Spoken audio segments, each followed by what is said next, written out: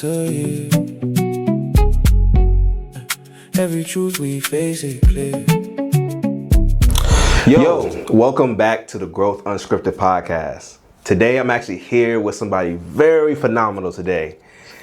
Jett, how you doing, bro? I'm doing great. How we feeling? Oh, bro, I'm feeling great. I'm feeling ecstatic. How about you? I'm hanging in there. Same soup, just reheated. Ooh, same suit, just reheated. Hold up. Listen, you can't just start the podcast all speaking some fire like that. Hey, man, you gotta switch it up a little bit. Jeez, brother, like, dang. That you just hit me out of nowhere with that one. That was a right hook.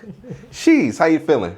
Life is good right now. Weather's starting to break. Finally. We getting a taste of what summer's gonna feel like. I'm excited, man. Richmond looks good in the summertime. Facts. Yeah, this whole cold winter storm we had these last couple of months. Bro, I can't tell you how many times I'm so glad that I've been waiting for this day. Yes. I have a very bad feeling that this warm weather is only temporary, though. I feel like we're going to get some like real cold weather to bounce back from this real warm weather. Can at least happen towards the end of this year? I don't have any control over that. I mean, can you? I don't. I don't want no more. I don't want no more. Me neither. Virginia, but it's just too crazy. early. It's too early for Richmond to be this warm. True. I have a feeling it's not going to last. I hope it does, but I have a feeling it won't. Well, if Virginia is strong as it's supposed to be, then it will last. Hey, we gonna hold on to it. We will hold on to it, absolutely. All right, so for those who don't know you, right, can you actually introduce yourself and what you do? Yeah, my name is Jett Williams. I'm a content creator and event curator. You know, I make content about where to go out in Richmond, for nightlife particularly, and I host and curate events myself. I like to think of myself as a curator because I don't want to just put anything out there. I like to meticulously craft what it is that I put together to make sure that it's something that the masses actually want or didn't know that they wanted. I like that. So tell me though, so what got you even want to get into the content creation field anyway in the beginning? Like, how did that all start for you?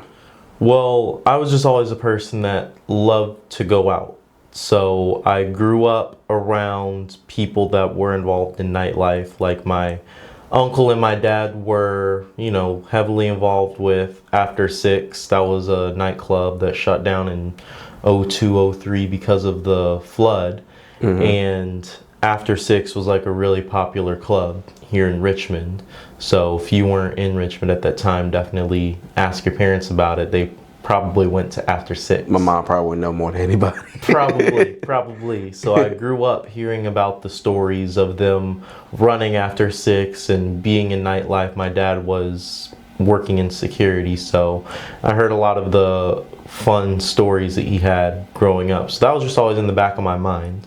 And then my brother was also in nightlife as well. He was, one of the original guys in a big ass cookout.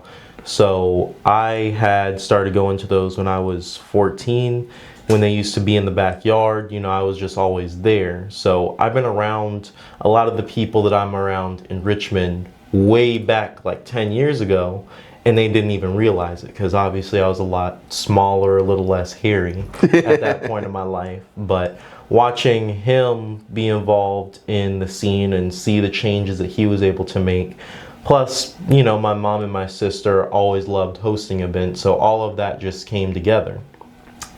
I like to go out. I like to party. And I was known as the guy who always had the plans on where to go for the weekends. And people were like, oh, you should definitely record and make videos about where you're going so people can know where to go out for the weekend. Shout out, Taylor and Jessica. They were the ones that really pushed hard for me to do that. And I was like, all right, well, let me start posting like some small stuff about where I'm going. I'm like, all right, I'm going here this weekend, blah, blah, blah. Let's see how it is. And then I just started getting really consistent at it. I think I only did it like once every couple weeks, and then I would do recaps of where I went. But then I started doing it weekly, and that's when I noticed, the consistency starting to pay off. Okay. So the going out came first, and the content creation followed. It was just a natural progression. So kind of like because you was around the environment of people, it kind of I guess you would say enticed you or motivated you to kind of oh, I want to get into this. Yeah. Yeah. Okay. What is it? So when you start getting into this content creation world, right? Was this something that I'm gonna keep it moving. It's all right. Come on, let you talk. Show must go on. It must go on. So when you got into this content creation, right? What was about it that really? Did you feel like that this is did you see yourself like, you know, if I get into content creation, this is gonna like be like my way out type of deal? Like what was it like that was kind of going through your head during that time? When you say way out, like way out of what? Like way out as in like, like it's gonna take you to like that next level or what you're pursuing, right? Yeah. I mean, I just never really thought about doing content much, period. Because I've never really considered myself a particularly creative person. Like, don't really listen to music that heavily. I'm definitely listening for the vibes. Color theory beats my ass. I can't get color theory right for anything. But I've always had big ideas and I always like executing on them. And I just think content creation was just a natural progression of all the stuff that I was already doing. It's something that the people wanted from me. So getting into it was just a no-brainer once that idea was put in my head. So I was like, all right, that works. I'm gonna keep doing it. Rock out. Hey, I love it though. Good, that's good. So let's back up a little bit. So going back into like growing up, were you born and raised in Virginia? Yeah, I was born and raised in Henrico, Virginia. Henrico? Okay. And while you was growing up, what was like your initial goals, of course, before content and all that stuff even became a thing? What was like some of your goals back then when you was growing up? I mean, back when I was like really, really young, I had thought about becoming an author. I really liked writing stories. I liked writing books and, you know, making up storylines to a lot of different things. But a lot of the time, I didn't finish on whatever it is that I was working on or writing, just because I lost interest and it wasn't really something that excited me. I just liked having ideas and putting pen to paper. But I always knew from a young age that I wanted to host events when I grew up. Because again, I saw my brother doing it. My mom and my sister did it, you know, mainly for in the home. But, you know, to see somebody doing it professionally and growing up around that, I always knew ultimately that's something that I wanted to do, even if it was only part-time on the side. You know, I had a lot of different phases of what I wanted my life to look like, but that's something that's always been pretty consistent. Okay. I got, for me, I actually, funny enough, I wanted to play professional football. Yeah, I mean, you're built for it. Built for it. Coach had favoritism though, so it didn't go nowhere. That's all right. So I wanted to do that. Then there was one time where I did play soccer. So I was a goalie and everything, right? Same. So you was? What position you played? Goalie. You play goalie too? Hey, nice. So one of the best parts that we loved about being goalie was when somebody tried to run up and try to get the ball in, you get the chance to slide in and take it from them. Oh, I love that. Well, it's an unbeatable feeling. It is. It's an unbeatable feeling. Especially there was low-key trying to talk shit and shit. Yeah. You know? Yeah. It's like, oh, okay, I got something for you. Yeah, I remember when I was in high school, I was playing soccer. This is around the time when Colin Kaepernick had started taking the knee during the national anthem. And, you know, I would kneel during our games, you know, for the national anthem as well. And this particular game, it was at Patrick Henry, which if people aren't familiar, it's a very white school. And obviously I got a lot of shit from parents and students on the sidelines talking shit during the game, talking shit in my ear when I'm in the goal, trying to focus on the game. And obviously, you know, I got to take that to heart. I got to take that vindictiveness that they have and convert it. Yeah, and convert it into energy to convince me to win. I can't remember how that game went, but I'm pretty sure we won, you know. I hope y'all won. I hope No, so. I do think we won because they were very mad at the end of the game. So I feel like we won. Okay. Yeah. Nice. Yeah, actually, when I was in JROTC class, this is like the point of my life where like I started learning more about the world, right, in high school. Yeah. And I decided to not stand up for the Pledge of Allegiance. And so when I wasn't doing that, my instructor was getting pissed or whatever. Oh yeah, JROTC and not standing for the pledge. Yeah, yeah. This like it's like throwing a racial slur around at that point, Yeah. right to their face. Yeah. So, like when I did it, he was asking me like, why didn't I stand? I was like, because this country's built on lies. Why should I stand for a country that's built on lies, right? Yeah. And I gave my whole breakdown speech or whatever, and he just told me that if I didn't stand up again, that I'm going to get not expelled, but he said that I was going to get kicked out of the class. I was like, okay. Yeah, I mean, you got to stand for something. Right. Yeah. But I ain't going to stand for something that's built off lies. Exactly. What sense does that make? Right. So I agree. I get where you're coming from though, and I'm glad y'all kicked their ass too. Yeah. I'm glad. So, how was it for you in your childhood growing up though? How was that?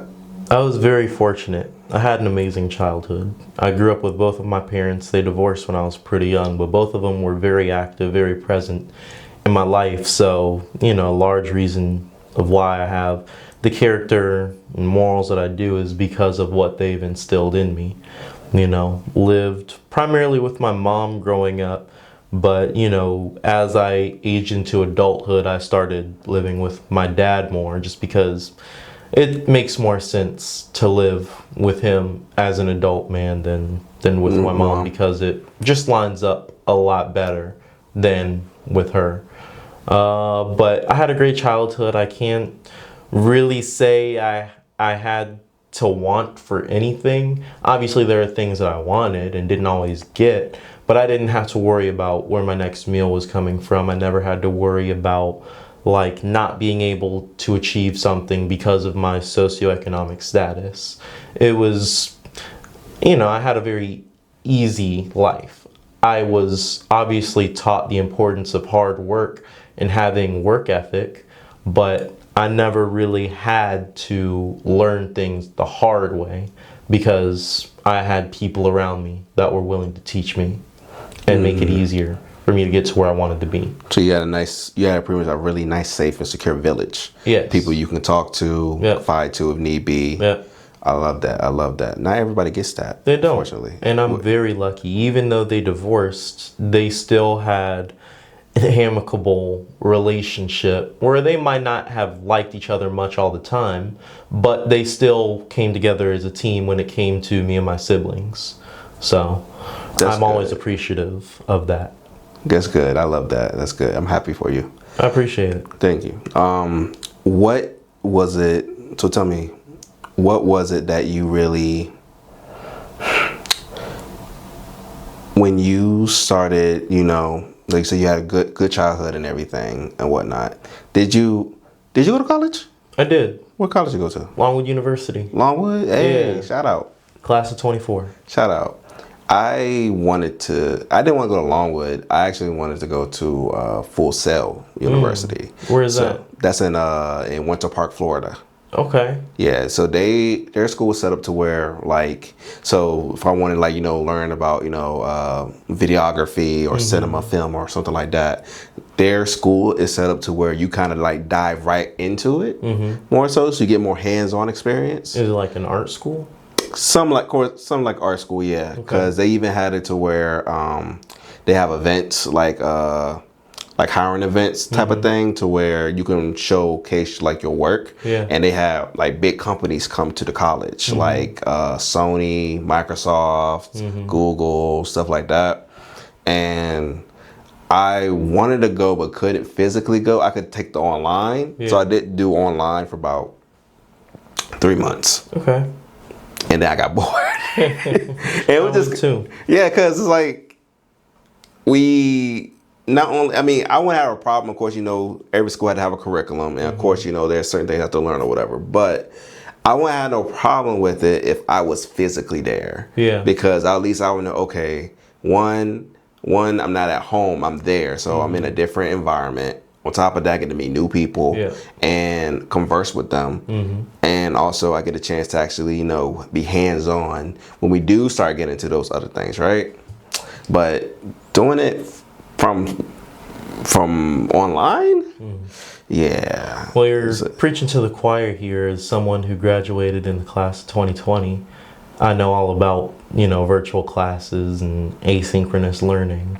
I hate it. It was like almost mind-numbing, right? Yeah, very mind-numbing. It was probably one of the reasons why I didn't have such a good experience in school. You know, it definitely got better towards the end, but in the beginning, when we were like still doing hybrid classes and still in the heavy midst of COVID, it wasn't fun. Oh man, I can only imagine. I can only imagine. It was rough. Yeah. Sheesh. So, tell me, what is like one unique thing about you that you feel like, you know, that really helps you out when it comes to be able to meet new people and connect and make those connections? I'm not afraid to be seen. I think a lot of people are. I'm not afraid to put myself out there. I'm not afraid to, you know, look, what did people say? I'm not scared of looking desperate or like I'm interested, because I am interested. I want to meet new people. I want to learn about people, and I'm curious about the things that other people have going on. I show up for other people the way that I would want people to show up for me. I'm a strong believer that if you care about somebody or you want to maintain a relationship with them, you have to be willing to inconvenience yourself sometimes. Agreed.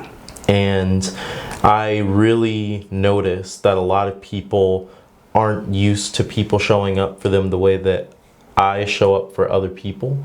And I feel really good about being able to make people feel good about the work that they put out. Because a lot of times people make connections to further some larger goal. But just like how we talked about earlier, it's not necessarily about where you're going, it's how you're getting there. Sometimes you gotta take stops, you gotta stop and smell the roses, and sometimes the roses are people that you meet along the way. Okay, I like that. So let's actually dive a little deeper into that. Okay. So tell me, why do you think that some people just can't handle, like, why do you think like it's hard for people to make decent friends nowadays? I think a lot of people base their friendships off of aesthetics. They base it off of who they want to be around, not necessarily who's most compatible with the lifestyle that they're living. And that's not to say you can't be friends with people. You have different lifestyles, and I'm friends with plenty of different walks of life. But at the end of the day, you need to make sure you have similar goals, similar morals, at least similar morals. You know, you don't have to have similar goals, but, you know, similar attitudes about life is probably what I'm getting at when I say So be like more aligned? Yeah, you have to have alignment morally. You know, financially isn't super important, but, you know, it can put a big strain on the relationship if there's a very big imbalance. I mean, yeah, especially if you always have like that one broke friend. Right. And, right. you know, you always like, hey, bro, let's go out or at least do something. But they're like, yeah, I can't. Exactly. You know, stuff like that. So I can agree with you on that. I think it's the constant nitpicking also of friends. You have to be a lot more forgiving and understanding of certain things. Just, you know, just because someone can't make your birthday dinner or can't make, you know, every event that you've got going on, or doesn't talk to you every single day, that doesn't mean they don't love you, doesn't mean they don't care about you. It just means they have other stuff going on. And a lot of people are very quick to cut people out of their lives when they're not serving every single thing that they feel like they should be serving. Agreed. And I think forgiveness and understanding is a big part of what I do. When I was younger, I took a lot of things very personally. But as I grew up and matured, I learned to not take things to the heart. You know, you roll with the punches. If shit doesn't go your way, that's fine. It's cool. Now, if it's malicious intent, then you can have a conversation about that. But for the most part, I try my best not to take things personally because I know other people have other shit going on. I'm not the center of anyone's world but my own. Well put. Yeah. Well put. I believe as well that a lot of people nowadays think of things as more as transactional. Yes. More than anything. Very much right? so. So like as they're willing to still deal with that person as long as they're able to still get something out of them. Right. That's really all that they're really looking for out of that person, right? Right. So like when it does finally come a time to where, okay, they want you to help them out with something, right? You always make an excuse about something all the time. Yeah. You like, oh yeah, I can't make it, or I can't do this, right? And people, now, of course, not everybody, but there is definitely a good decent amount of people who hide their intentions, their true intentions. Right. And it's very hard for a person to really like decipher or figure out what is their true intentions about, you know, what is it that they're trying to get from them. Right. Yeah. And I believe that if we can actually, as a people, take the time to realize, especially from, of course, we're talking about in terms of general, I could actually be more singular with it, because if I were to be more singular with it, and let's just say like an actual like relationship, dating relationship type of position, right? That people always tend to take and take and take, but they're never really willing to give. And then also I've known, especially from my experience, that a lot of people just don't really give a fuck about how you really feel. Yeah. They don't. They put on a facade, 100%, but they never really give a fuck about how you really feel. Yeah. And when you put in so much time and energy by trying to be your most intentional, true self, that they may think of it or see from their position as like you're portraying as something that you're not. Yeah. And that can cause somebody to really, you know, try to at least think differently. Think differently of you. Yeah. Or at least think differently of you, but you're trying to show them though that you have true intent behind what you're trying to do. Yeah. So I think a lot of people too is just they're just very, very like extremely cautious. Yeah. Extremely cautious. Have you ever had an experience like that? Like where like you try to like, you know, be very intentional about who you are, you be true about who you are, but that person would then look at it from their perspective and they believe that you are something else entirely, or believe that they think that you're something else entirely when you're not. So like, for example, all right, let's just say that you're talking about your past or whatever. Okay. And let's just say that after you spoke your side on it, honestly, in my version of it, I'm looking at it as like going out every night, smoking and drinking, doing, I don't know, God knows what, to be honest. Like that's at least like my version of it, right? Because I'll be honest, I don't really go out like that unless it makes sense for me to go out, unless it's like a networking event or like, you know, I already had like prior plans with somebody.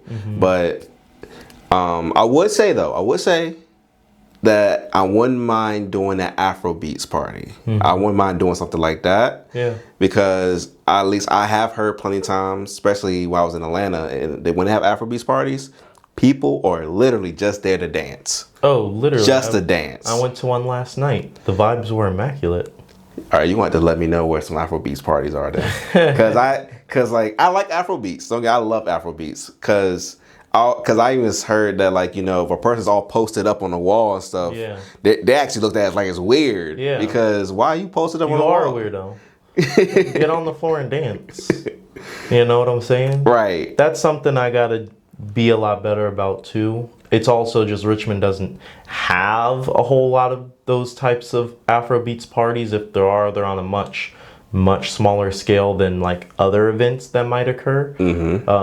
You know, Red Light Reggae is probably the biggest Afrobeats party that Richmond has.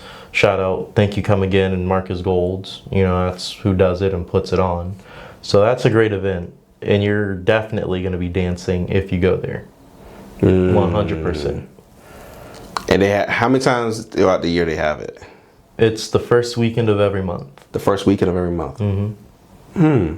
Okay, noted. Yeah. And it's called Red Light Reggae. Yeah, it gets packed in there. If you like to dance, you know, mix it up with strangers, you're gonna have the time of your life. All right, look, you gonna be my wingman? Look, you know, I've done it before. All right, cool. I've done it before. We're gonna talk. We're gonna talk. Yeah, we're gonna talk. We're gonna talk. I got you. Cause like, you know, listen, even if we gotta finesse it to where, like, you know, they start playing some Afrobeat music and we're gonna come like a dance battle routine, right? To where that we're gonna find whoever else is in there is grouped up, we're gonna have a dance battle with them. We're gonna practice choreography, and we're gonna execute it. I think you're overthinking it. You just go in there, see someone you want to dance with, go ask them, hey, I thought you were gorgeous, do you want to dance? They'll either say yes or no. They say no, all right, I hope you have a good night. Walk away, find somebody else to dance with. They say yes, dance with them. It's that simple, I promise you. It's that simple. A lot of guys really overthink the dancing in club situation.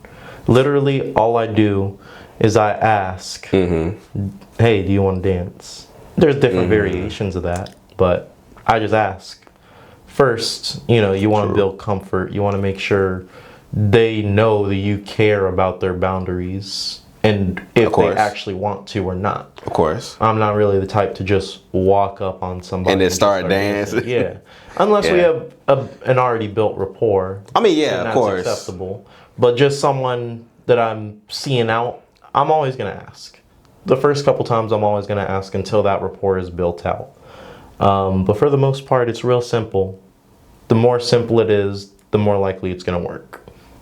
All this overcomplicated stuff, that's when you start losing them. I'm coming from sales, so a big thing we always say in sales is a confused mind doesn't buy.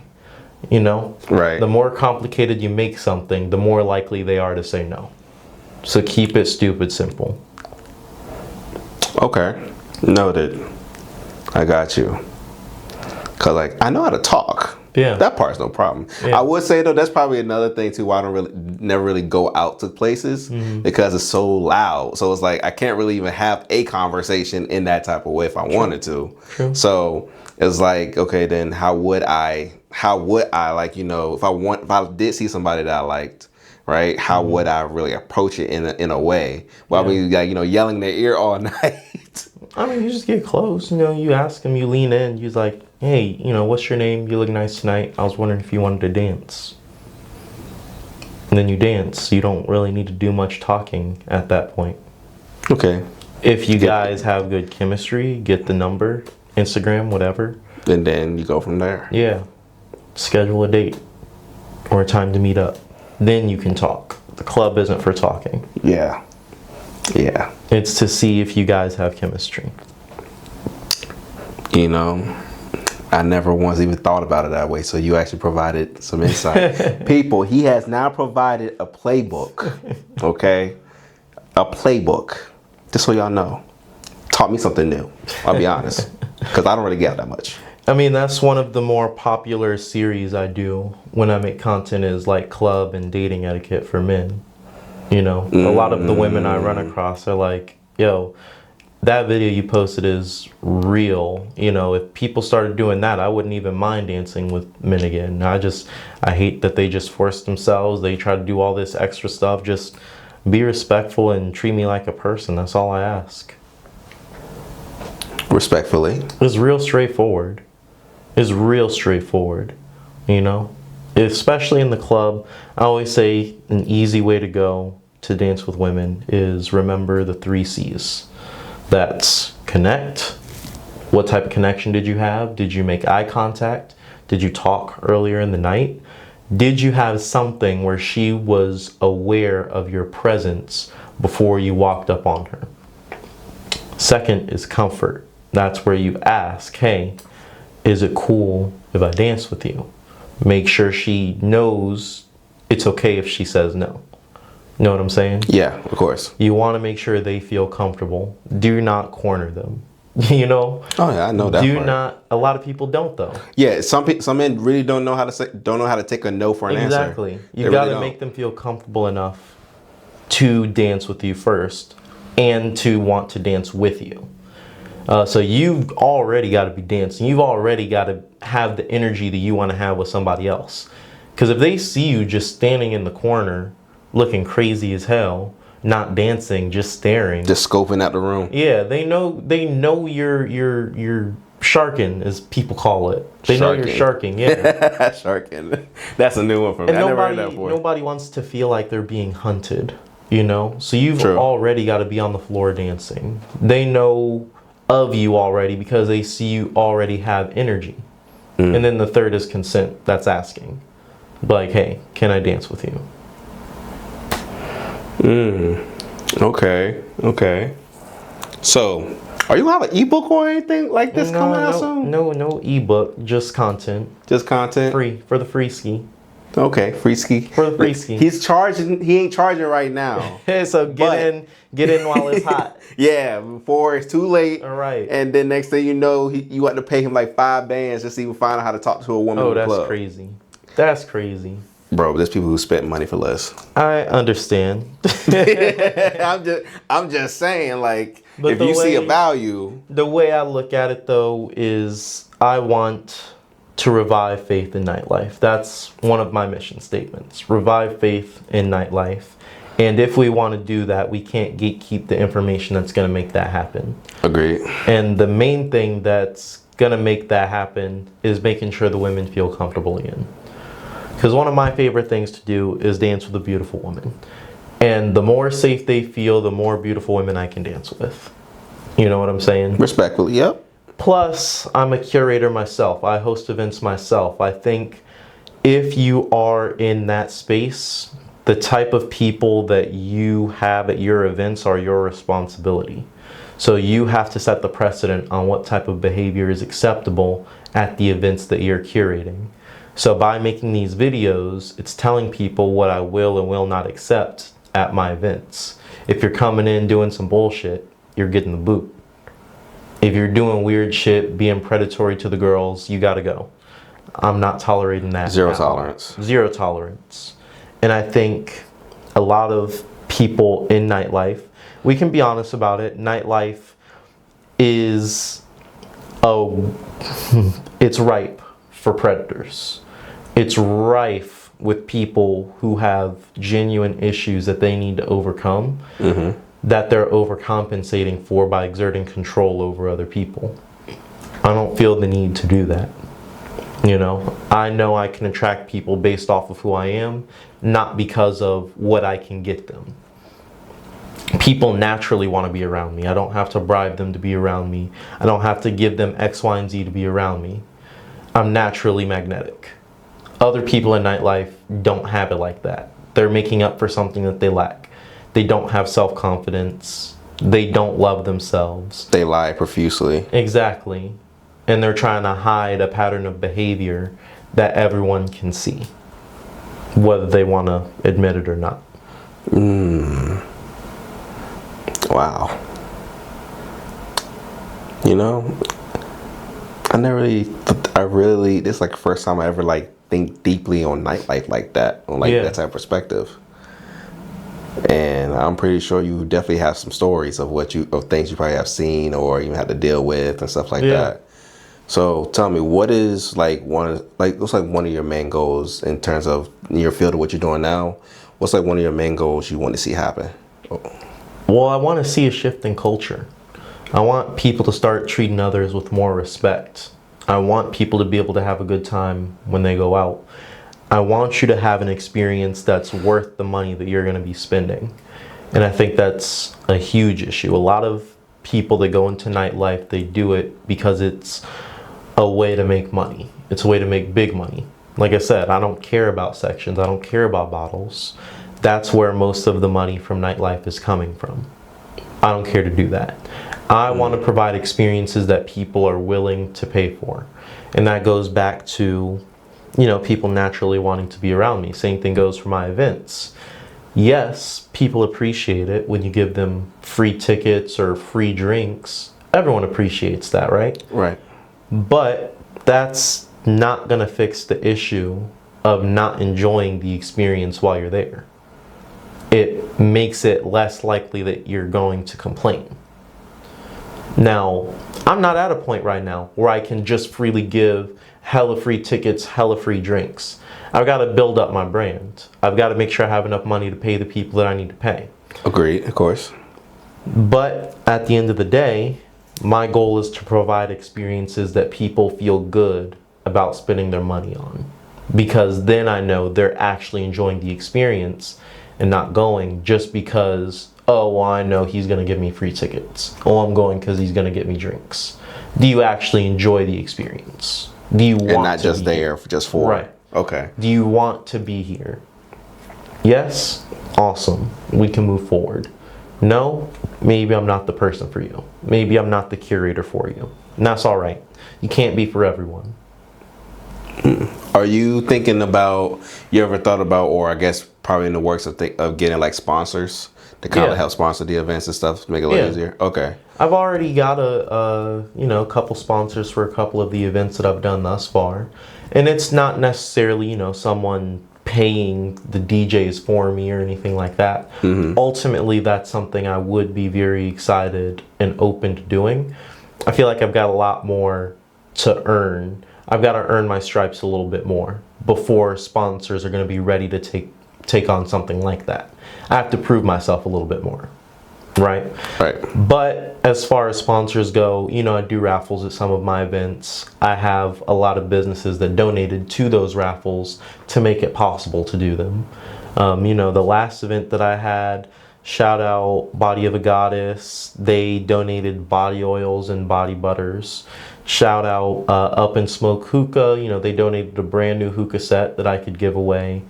Shout out Rimsol Wellness. They gave away a free massage. Stars Kicks donated a $200 gift card.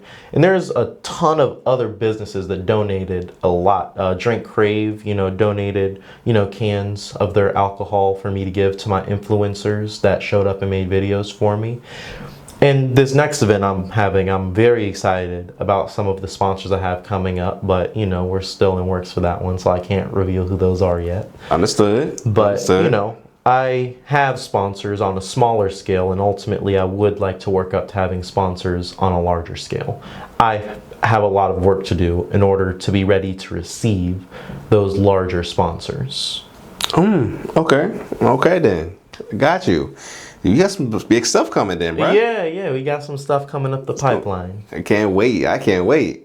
Actually now I'm even more motivated now when it comes to one of your events now. Yeah, there you go. More motivated. I've been told by a lot of people that they only come out if it's something that I'm hosting or something that I'm promoting. But that just means that you got weight. You carry a lot of weight. Just saying. I'd rather have the impact than the numbers on social media. Because there's a bunch of people that have a bunch of followers, but they can't translate it into action. Agreed.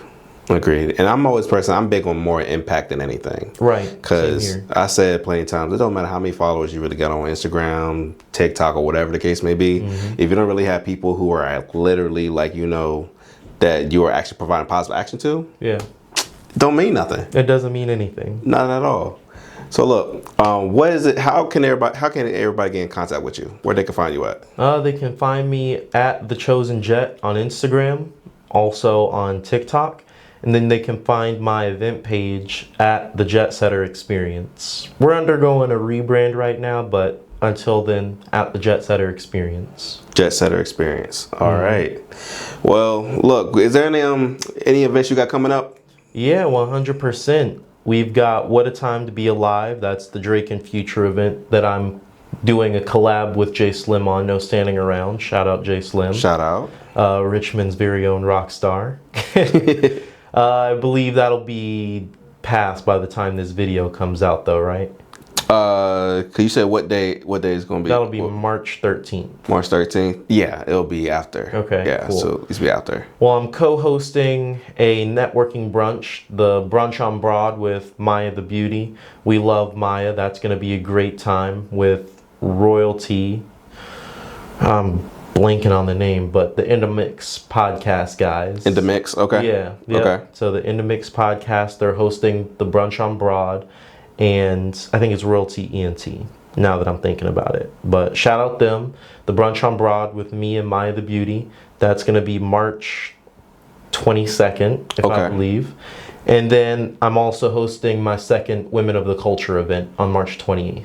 March 28th, Women of the Culture event. Yep. Okay. Question: Is there you have thrown themed events like this before though, haven't you? Yes. Okay. Could you give somebody like the insight for at least the one that's coming to say on the 22nd, and then the one for the women? Can you give them like a little more insight of the experience of how that's going to be? Yeah, so the networking brunch event for the Brunch on Broad, that's just a great opportunity for people who want to get connected with other like-minded individuals who are a little intimidated by normal networking events, but still want to get out and meet new people, don't necessarily like to club, but they still like good music, they like dancing, and they like making connections. This is going to be great for those types of people. It'll allow you the opportunity to meet other individuals like yourself in a low pressure environment.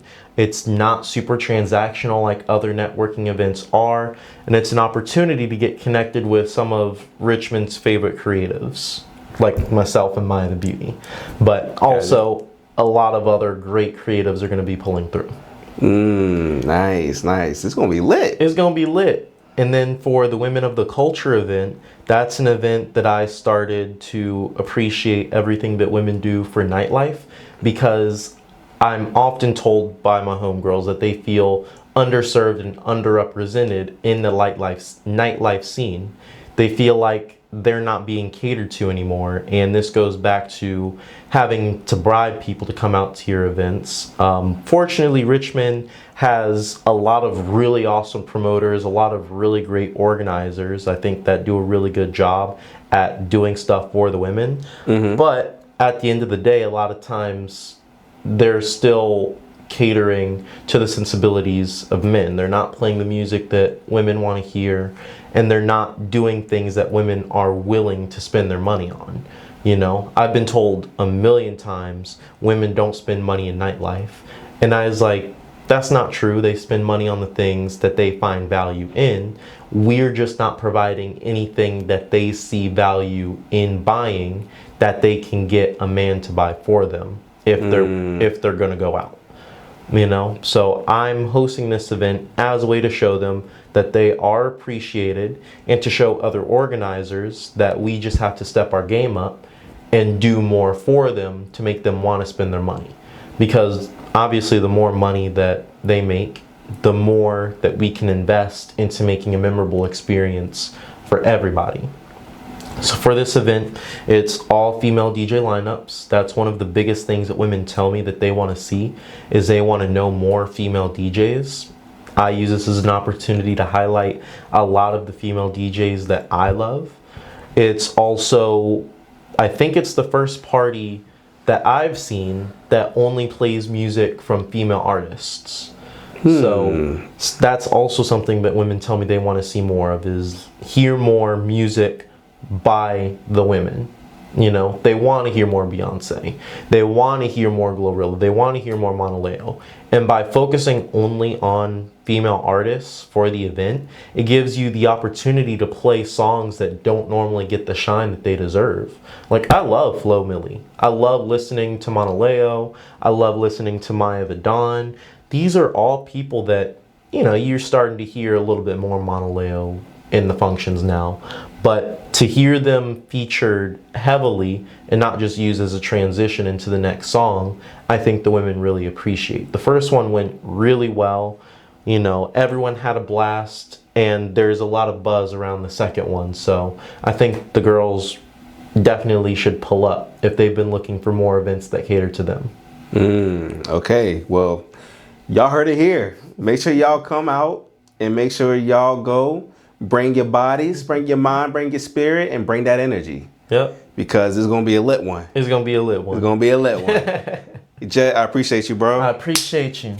Thank you so much for coming on today. Yes, sir. Man, if there's any words of wisdom, or let's just say real quick, let's just say that somebody wanted to, like, you know what, they feel motivated by hearing by you becoming a nightlife promoter and stuff. What kind of like words of advice can you give them if they would wanted to like get into something like that? Pick up that camera and start recording. There's going to be a lot of opportunities that open for you if you just put yourself out there. I've had a lot of doors open to me just because I decided to make myself known. Do that and show up for other people the way that you want to be shown up for, and it's going to come to you a lot easier than not. Nice, beautifully put. All right. Well, if y'all like this episode, make sure to like and subscribe. Make sure to follow us for more content, and also as well, make sure to leave down in the comments what is it y'all want to hear next, and what's some topics or what are something that I want me to talk about, and I'll make sure to get the right guests to make sure that we be able to provide y'all the best experience possible. But we'll catch y'all on the next one. Peace out. Peace.